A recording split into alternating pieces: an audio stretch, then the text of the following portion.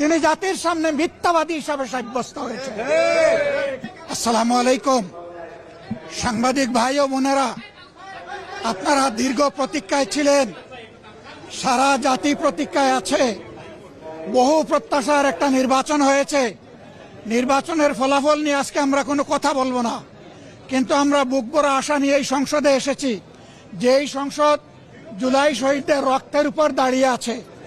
আমরা অনুরোধ করেছিলাম যে এই সংসদে যারা ফ্যাসিস্ট সরকারের দূষর ছিল, যারা খুনের সহযোগী ছিল, তারা কেউ যেন এখানে কোনো বক্তব্য রাখতে না পারে। এই প্রেসিডেন্ট 3টা কারণে অপরাধী, যার বক্তব্য এই মহান সংসদে আমরা শুনতে পারি না। প্রথম কারণ হচ্ছে তিনি সমস্ত খুনের সহযোগী ছিলেন।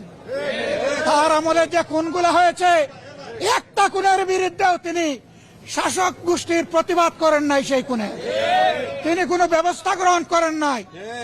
প্রেসিডেন্ট রাষ্ট্রের অভিভাবক হিসাবে তিনি জঘন্য অপরাধ করেছেন রাষ্ট্রের নাগরিকদের প্রতি। দ্বিতীয় কারণ ছিল, আপনারা জানেন, আগস্ট মাসের 5 তারিখ 24 সালে তিনি জাতির উদ্দেশ্যে ভাষণ দিয়েছেন। এই ভাষণে তিনি বলেছিলেন যে তৎকালীন ফ্যাসিস্ট প্রধানমন্ত্রী পদত্যাগ করেছেন এবং তিনি তা মঞ্জুর করেছেন। পরবর্তী পর্যায়ে আপনারা দেখেছেন, 2টা মিডিয়ার সাথে সাক্ষাৎকার দিতে গিয়ে তিনি তা অস্বীকার করেছেন। নতুন গল্প সামনে নিয়ে এসেছেন। তিনি জাতির সামনে মিথ্যাবাদী হিসাবে সাব্যস্ত হয়েছেন। দেশের প্রেসিডেন্ট মিথ্যাবাদী সাব্যস্ত হওয়ার পরে প্রেসিডেন্ট হিসাবে তার আর কোনো নৈতিক অধিকার থাকে না। 3 নম্বর অপরাধ তিনি করেছেন, তিনি নিজের হাতে অর্ডিন্যান্স সাইন করেছেন। এই জুলাই অভ্যুত্থানের পরে ফেব্রুয়ারির 12 তারিখ নির্বাচন হবে।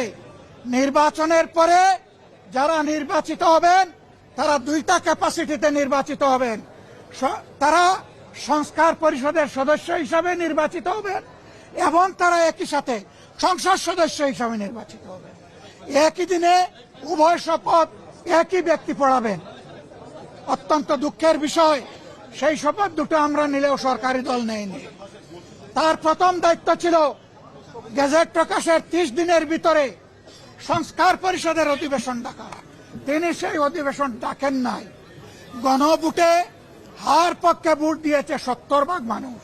তিনি 70% জনগণকে, দেশবাসীকে অপমান করেছেন। এখানেও তিনি অপরাধ করেছেন। এই 3 অপরাধের কারণে